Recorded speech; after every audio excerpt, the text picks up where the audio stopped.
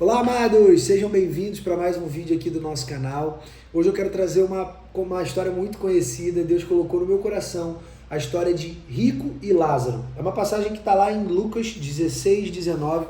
Se você conseguir abrir a sua Bíblia aí, abre aí rapidinho e vamos lá para a gente contextualizar um pouquinho essa história, para a gente discernir um pouco do que a Bíblia e Deus nos diz sobre essa história. Havia um homem rico que se vestia de púrpura e de linho fino e vivia no luxo todos os dias.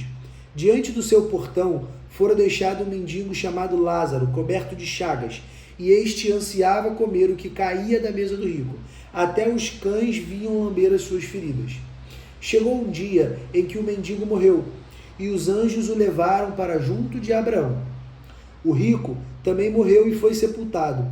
No Hades, ou seja, no inferno, onde estava sendo atormentado, ele olhou para cima e viu Abraão de longe, com Lázaro ao seu lado. Então chamou: Pai, Abraão, tenha misericórdia de mim e manda que Lázaro molhe a ponta do dedo na água e refresque a minha língua, porque estou sofrendo muito nesse fogo.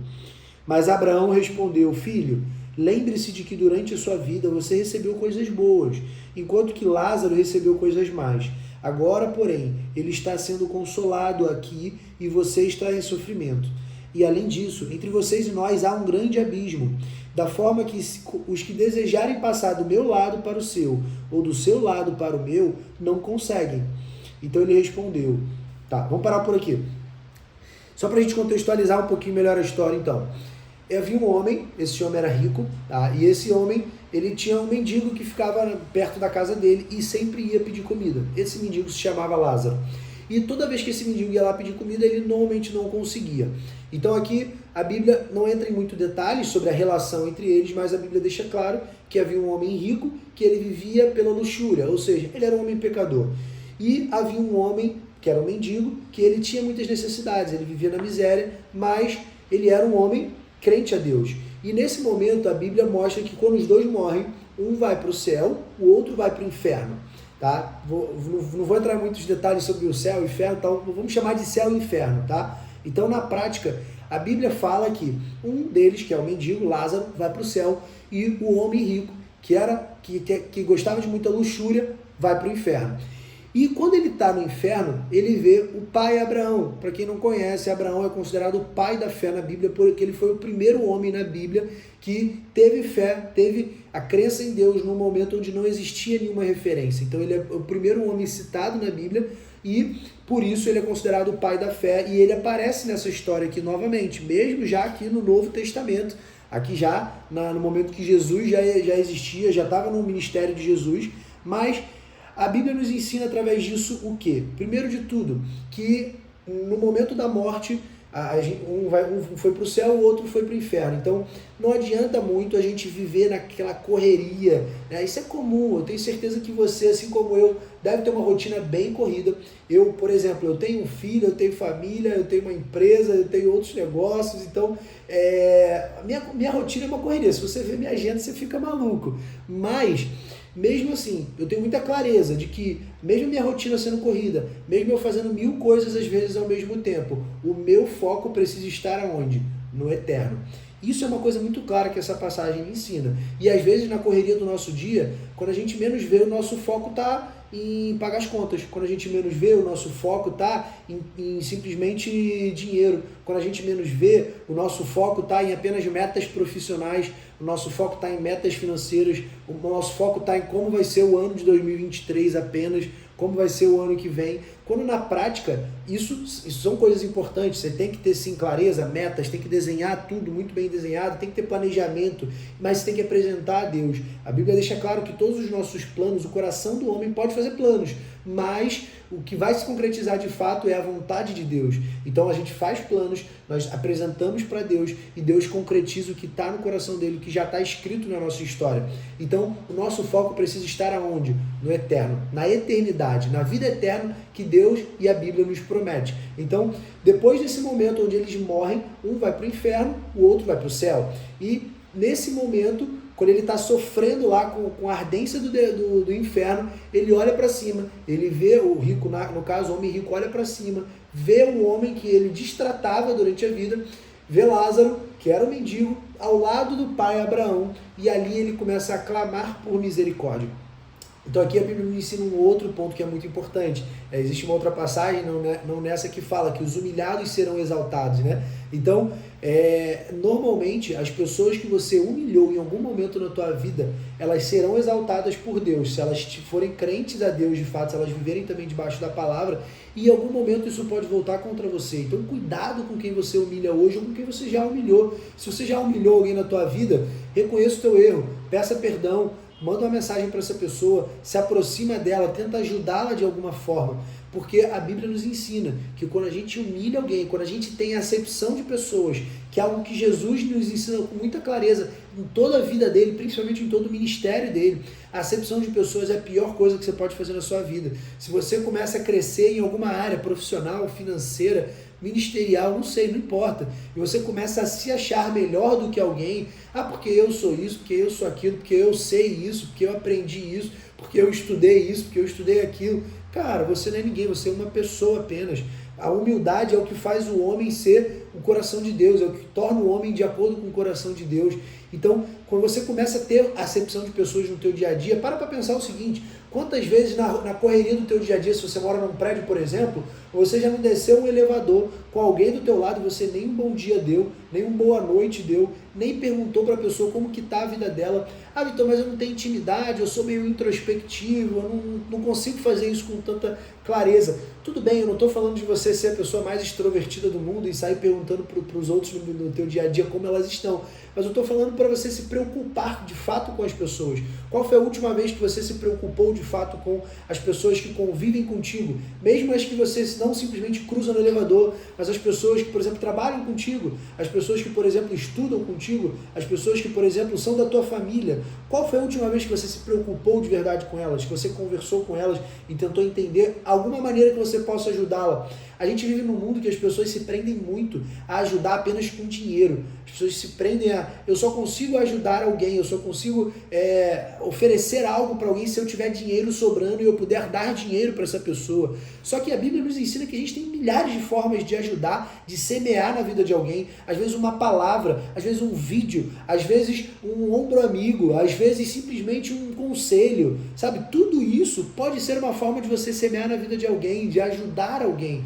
E pessoas são pessoas, cada um tem o seu sonho, cada um tem o seu objetivo de vida e, infelizmente, na nossa rotina, no nosso dia a dia, nós somos acostumados, nós fomos treinados pelo mundo a sermos egoístas. Essa que é a verdade, né? Então a gente é treinado ao quê? A gente vai crescer, a gente vai ter os nossos objetivos profissionais, a gente vai correr atrás desses objetivos profissionais. Quando você menos vê, você está com 30, 40, 50, às vezes 60 anos, se Deus quiser, e se você tiver trabalhado muito para isso, você já atingiu seus objetivos profissionais, só que ali você começa a refletir sobre o propósito da tua vida, sobre o que, por que você fez o que fez, e muitas vezes a gente vê pessoas nessa idade. Se você tem, por exemplo, próximo dessa idade hoje, reflete sobre o teu passado, se você de fato cumpriu o teu objetivo de vida, cumpriu o teu propósito de vida. E aí muitas dessas pessoas, hoje algumas, por exemplo, delas conversam comigo e dizem: poxa, Vitor, se eu pudesse voltar no tempo, eu faria diferente. Isso nos mostra com muita clareza uma vida inteira dedicada a si mesmo. E não, primeiro, com foco no eterno, e segundo, com foco em fazer o que Deus quer através de você. Ou seja, ajudar pessoas, estar ali para as pessoas que Deus quer te usar para elas. Então, isso é um princípio muito importante que eu quero que você aprenda como eu aprendi. Primeiro de tudo, só para a gente voltar, primeiro de tudo, o nosso foco não está aqui, o nosso foco está na eternidade. A Bíblia me ensina isso. Se você ainda não segue a Bíblia à risca, tá tudo bem, tá? Fica tranquilo, mas aprenda isso, foca no eterno, tua vida vai ficar muito mais leve, confia no que eu estou falando e confia na palavra, principalmente. Segunda coisa, acepção de pessoas. Jesus não fez isso e ele deixou bem claro que esse era um dos maiores erros dos próprios religiosos da época, os fariseus, como são chamados na Bíblia. Eles, na prática, muitos deles com certeza foram para o inferno, para o Hades, como diz aqui na Bíblia, porque eles simplesmente faziam acepção de pessoas. Eles acreditavam que o mendigo era uma pessoa pior simplesmente porque ele não conhecia todas as escrituras, como ele conhecia da ponta da língua. Então não é conhecer a Bíblia na ponta da língua que torna alguém melhor, não é entender, por exemplo, sobre um tema específico que torna alguém melhor, mas sim andar segundo a palavra e o coração coração de Deus. Isso é o que vai tornar de fato alguém melhor na vida e vai fazer ela crescer e evoluir, principalmente espiritualmente e consequentemente em todas as outras áreas da vida dela. Mas vamos voltar então para a palavra. E aí Abraão respondeu: eles têm Moisés e os profetas que os ouçam. Não, perdão, parei em 27, 16, 27. Então o homem rico disse para Abraão, ele respondeu: então eu te suplico, pai, manda Lázaro ir à casa de meu pai, pois tenho 5 irmãos. Deixa que ele os avise, a fim de que eles não venham também para este lugar de tormento. Ou seja, aqui o homem está se vendo no momento onde ele está no inferno, ele está vivendo ali um momento muito ardente, literalmente, na palavra. Ele está pedindo, ele está clamando por socorro para Abraão, quando ele vê Abraão ao lado de Lázaro, e ele clama por socorro, e ele pede para que, já que eu não vou ser salvo aqui, então pelo menos me ajuda a ajudar os meus irmãos que ainda estão no mundo. Eu tenho 5 irmãos, ele fala, eu tenho 5 irmãos que, pela forma que ele fala, provavelmente eles não creem também no Deus que eu não crio, eles não seguem a palavra. Então, Abraão, manda alguém lá para mostrar para eles onde eu estou hoje. Mostra lá. Imagina, se você morresse e fosse para o inferno. Se Deus quiser, isso não vai acontecer. Você vai seguir a palavra de Deus, você vai buscar a tua salvação, você vai focar no eterno. Mas imagina que isso aconteça na tua vida e você... Só que você, por exemplo, tem irmãos, tem filhos, você tem pessoas que você se importa hoje na tua vida. E quando você está lá, você está no pior local possível, e você está lá sofrendo, está lá com muita amargura, e você quer avisar, você quer simplesmente falar, poxa, cara, eu queria avisar para o meu filho, queria avisar para o meu irmão, queria avisar para o meu primo, queria avisar para alguém que eu gosto muito, que eu gostava muito no mundo. O que eu estou vivendo aqui agora? Eu preciso avisar para que ele tenha clareza do onde eu estou e para ele fazer diferente do que eu fiz. Então é isso que esse homem está propondo aqui para Abraão. Só que Abraão respondeu, não, mas eles têm Moisés e os profetas, eles que o ouçam.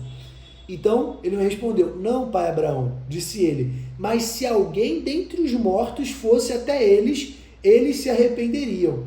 Então Abraão respondeu, se não ouvem a Moisés e aos profetas, tampouco se deixarão convencer, ainda que ressuscite alguém dentre os mortos. Então, primeiro de tudo, a Bíblia é clara, tá, que não existe ressurreição. Então, na prática, o que esse homem está pedindo é algo impossível. Ele está pedindo para Abraão que Abraão mande alguém dentre os mortos e avisar os irmãos dele sobre o que ele está vivendo ali no inferno. Então, aqui Abraão nos ensina uma coisa muito importante, que eles não se deixarão convencer ainda que alguém ressuscite dentre os mortos. Então, quando a gente fala de, principalmente, clareza espiritual, entendimento espiritual, entender como andar sobre a palavra, isso é algo que muitas vezes a gente cria repulsa em alguns momentos da nossa vida, porque alguém tentou empurrar isso, a nossa goela abaixo, literalmente, sem entender muito o que a gente pensava sobre. Não sei se você já viveu algo parecido, mas eu vou te contar uma parte da minha história com Jesus e com a palavra de Deus que vai trazer muito mais clareza para ti sobre isso, né? Eu, por exemplo, eu cresci num lar cristão, porém, eu cresci num lar católico por origem. Então eu fiz primeira comunhão, eu segui todas as tradições do catolicismo, tá? Eu não estou falando aqui nada contrário a nenhuma religião, pelo amor de Deus, tá? Eu cansei de falar aqui que eu falo sobre Jesus. Então eu cresci num lar católico, só que em um certo momento da minha vida, a minha mãe, ela se tornou evangélica e ela começou a me chamar para algumas igrejas evangélicas. E eu, na época, como eu morava só eu e ela, né, meus pais são separados, então morava eu e minha mãe sozinho, e ela me chamava e muitas vezes eu ia, até pela minha idade, né? Eu tinha uma idade que eu não podia escolher muita coisa. Então, eu ali com 10, 11, 12 anos, eu ia a algumas igrejas com a minha mãe e eu conhecia as igrejas, gostava até. Só que naquele momento, eu, primeiro, ainda não tinha muito conhecimento sobre a palavra e, segundo, eu estava fechado. Eu não queria conhecer aquilo, eu não estava predisposto para aquilo. E a minha mãe tentou durante muito tempo da minha vida, mas se você estiver me ouvindo aí, eu te amo, tá? E te agradeço por isso, mas isso foi uma parte da minha história com Deus que, na época, me travou muito. Ela tentava me arrastar para algumas igrejas e eu não queria ir. E algumas vezes eu ia, obrigado, mas sem querer estar ali. E mesmo assim eu ia, ouvia da palavra, aquela palavra não entrava em mim e eu simplesmente ia ali, para mim eram horas perdidas, era 1, 2 horas perdidas, às vezes mais de uma vez na semana, no mês, enfim. Então aquilo ali para mim foi muito ruim, foi um episódio ruim da minha vida com Deus. Por quê? Porque Deus ali provavelmente já tentava falar comigo, mas eu não escutava. Por quê? Porque eu estava com os ouvidos fechados. E aqui Abraão nos ensina isso nessa palavra, que o convencimento não vem de homens, o convencimento não vem nem mesmo se a gente ressuscitar um espírito, para o espírito ir lá e contar a verdade, porque o convencimento de fato vem do Espírito Santo de Deus. Então, se você, por exemplo, acredita na palavra de Deus, se você crê em Deus, e você hoje tem um parente, tem um familiar, tem, sei lá, alguma pessoa que você se importa muito. Eu, por exemplo, tenho algumas pessoas que eu me importo muito e que eu tento levar a salvação para elas. Só que se essa pessoa estiver fechada, não adianta de nada, pô. Porque essa pessoa ela não vai, primeiro, te escutar. Você vai falar, a palavra dela, a palavra vai chegar, ela vai ouvir, só que ela vai discernir com o pensamento humano. Ela vai simplesmente pensar da forma que ela pensa. Então, a Bíblia nos ensina que a única forma da pessoa ser convencida, seja da palavra de Deus ou seja de qualquer outro ponto, é o Espírito Santo de Deus. Não adianta uma pessoa tentar convencer outra. Essa outra pessoa ela só vai ser convencida, primeiro, se ela estiver predisposta para isso. E segundo, se ela estiver predisposta, ela vai deixar o Espírito Santo entrar e o Espírito Santo vai convencer ela. Isso é um princípio bíblico muito importante, muito interessante, que infelizmente, por não conhecer, muitas pessoas usam isso errado. As pessoas pegam a Bíblia e levam e falam assim: você tem que se converter, você tem que entender, você tem que ouvir a palavra, você tem que entender que Jesus é o caminho, você tem que entender que só assim você vai ter salvação, só assim você vai para o céu, só assim você vai para o céu, só assim você vai para o céu, você tem que parar de pecar, você tem que parar de pecar, você tem que parar de pecar. Quando na verdade a Bíblia e Jesus nos ensina que a vida com Deus é uma vida muito mais leve. É uma vida sem aflições? Não, tem aflições, a Bíblia é clara. No mundo terei aflições, mas em qualquer aflições eu estarei contigo. É isso que a Bíblia nos fala, que independente de qualquer aflição que você passar, de qualquer provação, Deus vai estar do teu lado, Deus vai te consolar, Deus vai te guiar, Deus vai te direcionar. Só que você precisa entender isso, você precisa estar aberto para receber isso. Então, voltando para a minha história, né? Quando a minha mãe tentava fazer isso comigo, aquilo era muito ruim, aquilo trazia para mim até uma certa repulsa. Por quê? Porque ali, para mim, ela estava querendo me empurrar uma religiosidade apenas, porque eu não entendia aquilo de fato na alma. Então eu não busquei naquele momento da minha vida, e inclusive me travei por alguns anos depois para buscar de fato Deus por causa disso, porque eu tive esse trauma, entre aspas. E por conta disso eu fiquei muito tempo esperando para buscar e depois eu comecei a me aproximar da palavra de Deus em alguns momentos da minha vida específicos, até que, como eu contei no primeiro vídeo aqui do nosso canal, quando meu filho nasceu ou quando eu descobri que ele vinha ao mundo, quando a minha esposa ficou grávida, eu decidi buscar a palavra de Deus porque eu queria ter uma base sólida para alimentar o meu filho. Então, nesse momento que eu comecei a buscar, eu me abri, eu comecei a orar com mais fervor, eu comecei a ir mais à igreja, não porque ninguém estava me chamando, mas simplesmente porque eu queria ir à igreja. A igreja é um momento de comunhão com Deus. Então eu creio muito que a igreja é o local onde a gente cultua a palavra de Deus, é o local onde você tem mais intimidade, é um ambiente mais propício para você encontrar Deus. Mas isso quer dizer que se eu fechar o olho agora e ler a palavra ou orar no local que eu estou agora, seja no carro, no escritório ou no teu banheiro trancado, eu não vou encontrar Deus? Claro que não, você vai encontrar Deus também. Você pode encontrar Deus em qualquer lugar, basta você fechar os olhos, crer no fundo do teu coração e clamar que Deus vai te escutar. Mas mesmo assim, eu comecei a buscar mais nesse momento da minha vida e por isso eu encontrei, por isso eu comecei a entender a verdade. E ali, muitas coisas começaram a acontecer na minha vida, que aos poucos eu vou contando aqui, senão vira um livro, mas ali a verdade se aclarou para mim. Então, o foco dessa palavra é, primeiro, você precisa focar no eterno e na salvação. Esse tem que ser o teu foco de vida. Ah, mas Vitor, eu ainda não entendo isso. Tá tudo bem, só guarda essa informação, não precisa simplesmente colocá-la em prática, porque a gente está falando aqui agora. Guarda essa informação e começa a buscar mais informações, principalmente na palavra de Deus. E aos poucos você vai entender melhor. Segundo ponto, Não faça acepção de pessoas. Esse é o maior erro que o mundo nos ensina e que infelizmente a gente faz mesmo que sem querer. Toma cuidado com isso. Isso é muito claro na Bíblia que é algo que pode simplesmente te levar para o inferno. Ah, Vitor, mas eu tenho que deixar de fazer só porque eu vou para o inferno? Não, não só por isso, mas porque Deus vai enxergar que você está fazendo algo que ele não gosta, algo que desonra ele. Então isso é desagradar a Deus. Se você não quer desagradar a Deus, não faça acepção de pessoas, trate cada um como elas são. Dessa maneira você vai ajudar muita gente ao teu redor e você vai ser um rio que flui como um canal de bênçãos ao teu redor. Senão você acaba se tornando uma represa. Tudo que chega até você, fica em você. E Deus é muito claro com isso na passagem, na palavra dele. Nós não podemos ser represas. Deus nunca vai te dar uma bênção, Deus nunca vai me dar uma bênção se essa bênção chegar em mim e parar em mim. Ah, legal, eu pedi essa bênção, Deus, eu preciso dessa promoção no meu emprego. Aí Deus vai lá e te dá essa promoção e você usa só para você? Você simplesmente ganha mais e começa a gastar mais e começa a ter um cartão de crédito maior e começa a sair mais, usufruir mais daquele dinheiro, mas você usa só para você? Cara, isso é muito pouco. Se você está pedindo por isso, pode ter certeza que você não vai receber. A bênção que Deus quer te dar é uma bênção muito maior. A bênção dele é sempre para todo mundo, é para todo mundo que está ao teu redor. Deus vai te abençoar quando você tiver clareza de que a bênção que você está pedindo é para você, mas também é para a tua família, mas também é para as pessoas ao teu redor, mas também é para as pessoas do teu trabalho, mas também é para as pessoas que vivem contigo, também é para pessoas que você às vezes nem conhece, mas que vão cruzar o teu caminho e através de uma palavra tua elas vão ser abençoadas, sabe? Então é por isso que Deus vai te abençoar e não simplesmente o que você está pedindo. Então tenha bastante clareza disso também.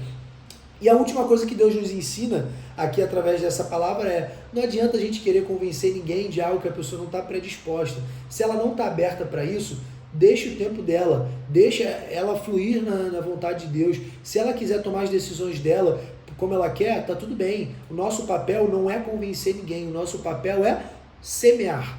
O nosso papel é semear. Grava muito bem isso. O nosso papel é semear a verdade de Deus na vida das pessoas, é semear o bem que Deus já nos fez na vida das pessoas. É o que eu tento fazer aqui através desse canal, é o que você pode fazer, não necessariamente da mesma forma, mas através de uma palavra, através de um testemunho, contando a forma que Deus já agiu na tua vida, contando um pouco da tua experiência. Enfim, existem N formas de você semear, como eu falei, não só apenas com recursos financeiros. Então, tente semear na vida das pessoas ao teu redor. Primeiro nas pessoas ao teu redor, depois até mesmo na vida de pessoas que você nem conhece. E com o tempo isso vai se tornar um hábito, isso vai se tornar algo que te deixa leve. E automaticamente isso vai te gerar a salvação, vai te ensinar a viver na palavra de Deus e consequentemente você vai ser alguém que busca a palavra de Deus em primeiro lugar. Você busca o reino de Deus em primeiro lugar e todas as outras coisas vos são acrescentadas como manda a palavra. Legal? Espero que você tenha gostado dessa palavra. Quero fazer uma breve oração contigo, se você entendeu. Se você tiver alguma dúvida sobre essa palavra, fica à vontade.